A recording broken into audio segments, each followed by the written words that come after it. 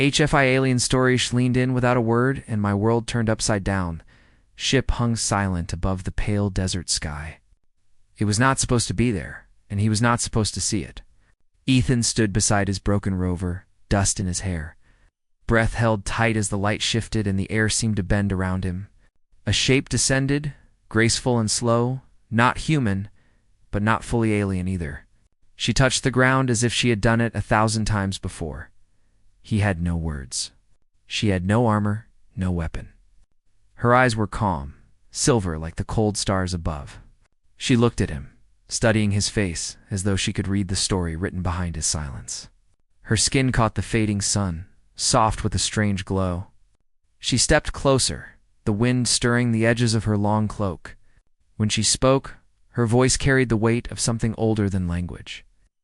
"You were not meant to find this place," she said. Ethan swallowed hard, but his voice would not come.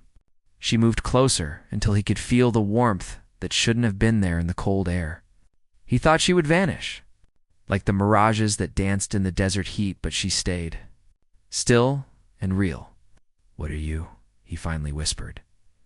She tilted her head slightly, as though trying to find a human word that would fit. "Lost," she said softly, "like you." Behind her, the light shimmered again. He could see faint shapes in the sky, vast and distant, like ships half hidden behind clouds.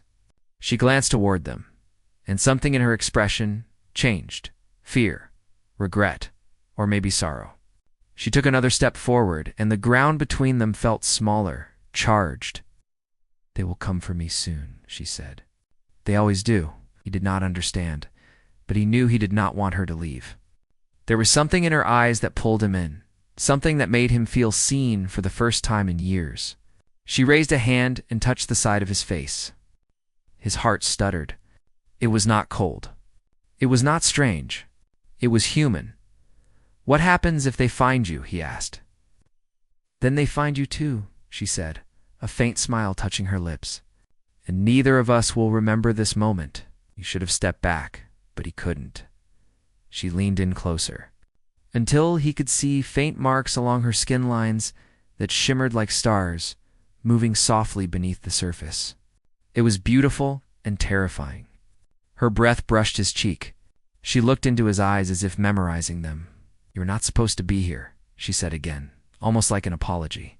But now the pattern has changed. The distance, the desert trembled. Faint lights appeared over the horizon, moving fast, cutting through the evening haze.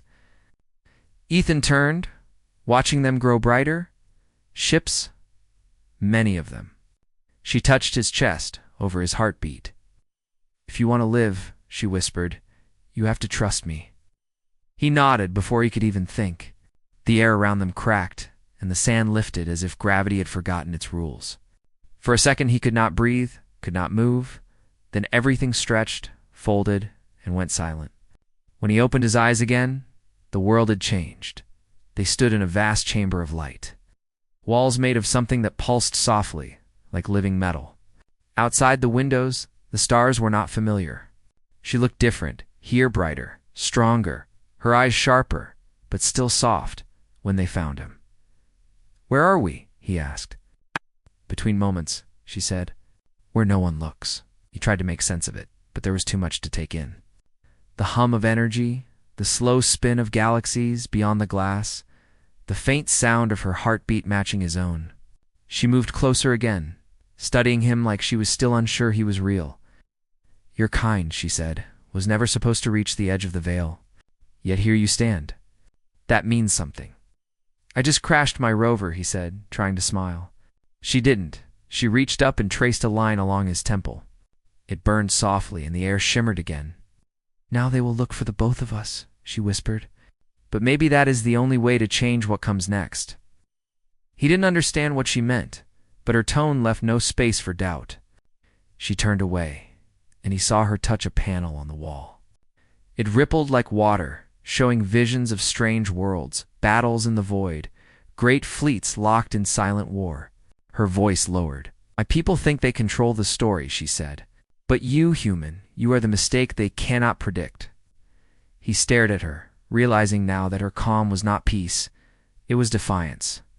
She was running not just from her kind, but from the destiny written for her. And now, somehow, he was part of it. "What do you want me to do?" he asked. She turned, and her eyes met his with a softness that made his breath catch.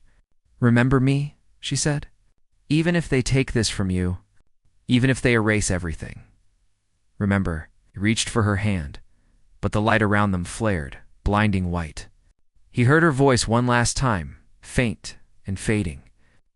"You were not supposed to be here, but you are, and that changes everything."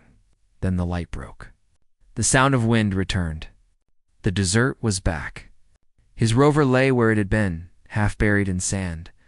The sun was lower now. There was no sign of her, no ship, no mark. Only a faint warmth on his skin where she had touched him, and a memory that refused to fade.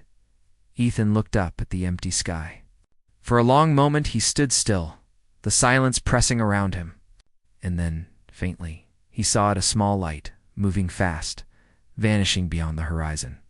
His heart ached, though he didn't know why. She leaned in without a word, and his world had turned upside down. And somewhere beyond the stars, he hoped she remembered too,